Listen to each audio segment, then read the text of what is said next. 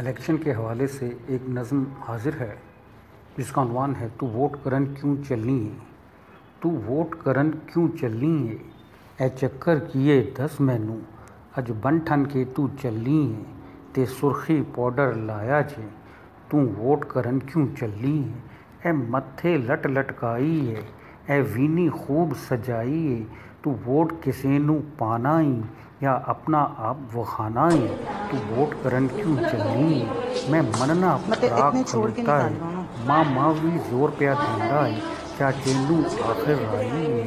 ते सब तो अगे ताई है तू वोट करन क्यों चलनी है ए हशर जे होया धरती दा ए सियासत दे बदमाशां तो ए नवे पुराने सियासतदान असी तंग बैठे ने लोटां तो तू वोट करन क्यों चलनी है चल भेजा मेरे नाल कुड़े मैं तख्तां तेरी चाल कुड़े जितना ते चौधरी शावा ने कर हाल न तू बदहाल कुड़े तू वोट करन क्यों चली है तू वोट करन क्यों चली है।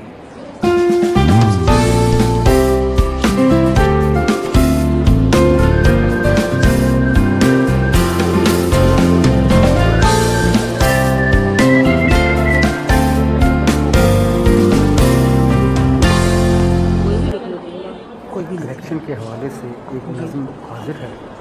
जिसका उन्वान है तो वोट करन क्यों चलनी है। तो वोट करन क्यों चलनी है ए चक्कर किए दस में अज बन ठन के तू चलनी के सुर्खी पाउडर लाया जे तू वोट करन क्यों चलनी